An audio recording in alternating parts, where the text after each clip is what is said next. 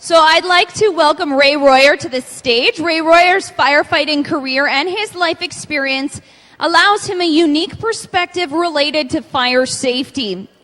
Now, his presentation is titled Fire Safety for Those with Disabilities.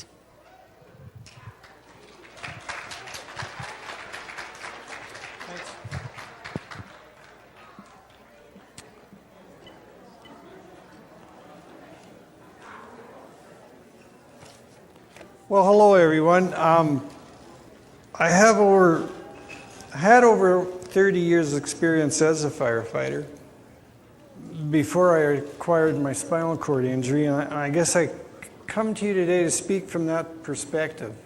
Over the years since my injury, people at times have said to me, "Well, what do you do when there's a fire? What are you thinking of?" And you know, all of a sudden I've got a different perspective here from an older perspective. I can't always get out of the building right away, so what do I do, or what should you do if you have a disability? And today I'm going to speak to you on a few slides here. I always take notes because I gotta have something to read.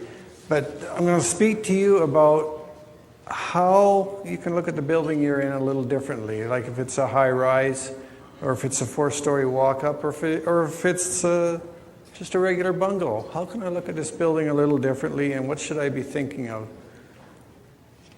So, I think I'll start now. I have been asked upon occasion things like, I'm in a wheelchair. If there's a fire, how can I exit the building? If the elevators aren't working, what do I do if I'm alone and can't get out? How will firefighters know I'm in the building? How will the fire department know I am disabled, and so on? 3 minutes could save your life. Unlike 25 years ago, a house fire today can turn deadly in as little as 3 minutes. When you consider it will take fire crews time to respond, learning how to prevent, detect, and escape a fire has never been more critical. The first thing to know is that the fire doesn't usually kill. Smoke will kill you long before a fire gets to the stage you see in this picture. Smoke gets in your eyes, throat, and lungs, and you become disoriented, unable to escape. If you're sleeping, you may not wake up. Smoke alarms are designed to alert in a fire's early stages. They should be cleaned and tested regularly and should be replaced at least once every 10 years. It is recommended alarms be interconnected so that if one is activated, they are all activated. This fire was due to an unattended pot on the stove. Never use water on a grease fire, never remove the pot, turn the burner off. Use a pot lid or a cookie sheet to cover the pot on fire. If you leave the kitchen while cooking, take a spoon or ladle along to remember you are cooking. Candles are a nice home decoration. However, as displayed, candle fires can cause lots of damage. Never leave candles unattended. Ensure you blow them out when leaving the room or going to sleep. Use sturdy candle holders and protect the flame with glass globes.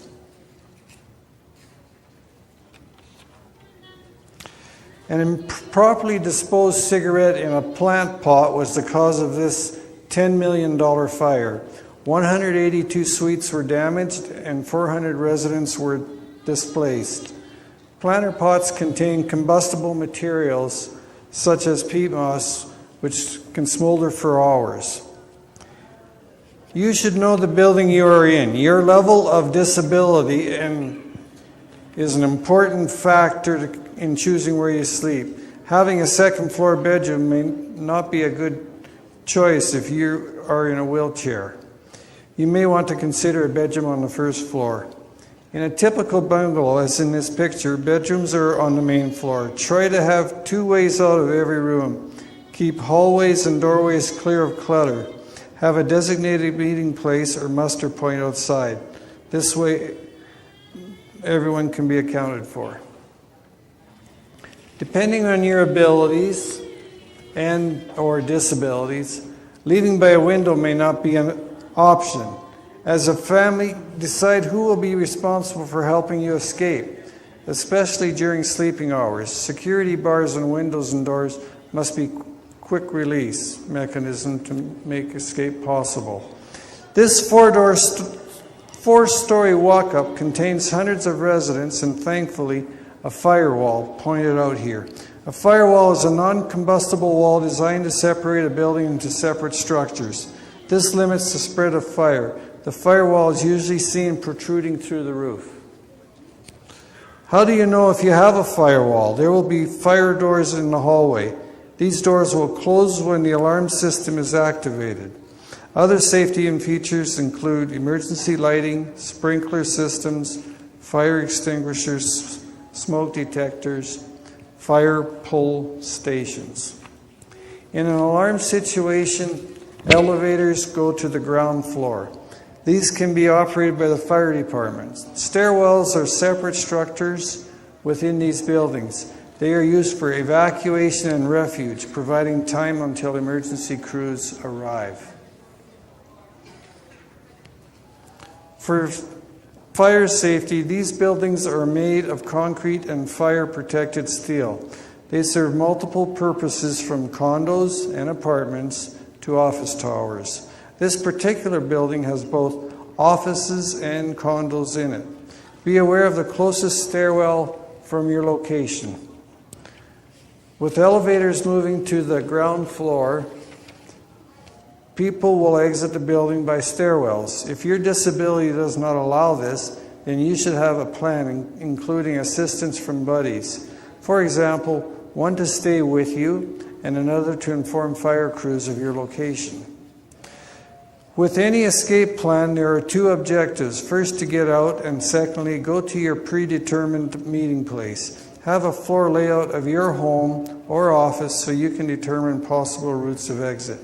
Depending on your disability, pre-plan with a buddy. Talking about a plan is great, but without practice, you won't know how long your escape will take. Preparation and practice will help you make proper decisions and stay calm during an emergency situation. Never go back. I repeat, never go back.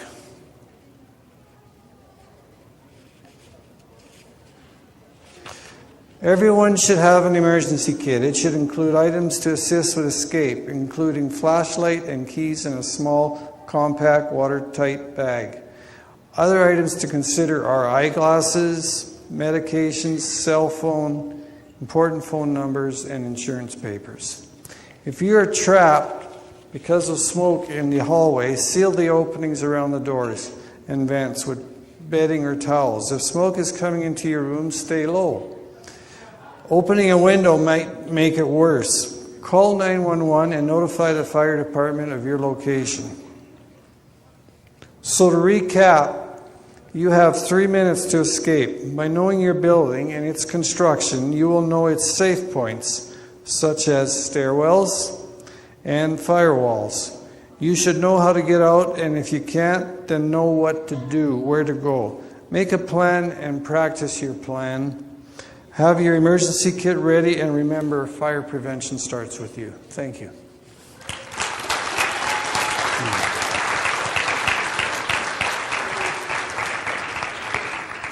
All right, thank you, Ray, and a huge round of applause for the other Edmonton Fire Rescue members who are here today to help us out. Just going to tell a quick story. When I was working in Lethbridge, we used to have we had the cheerleaders event, and our mayor of Lethbridge at the time was actually in a wheelchair, and they decided they were going to use that as an opportunity for a fire drill. His office was on the 4th floor of City Hall. When the fire alarms went off, everyone left the building and left the mayor sitting at the top of the stairs. And he knew it was a fire drill, but he still said he wanted to know exactly what it would be like if someone in his office had a disability. So I believe it was the next day, the fire department was in there showing them exactly what not to do during a fire, and I'm sure a few people got in trouble after that one.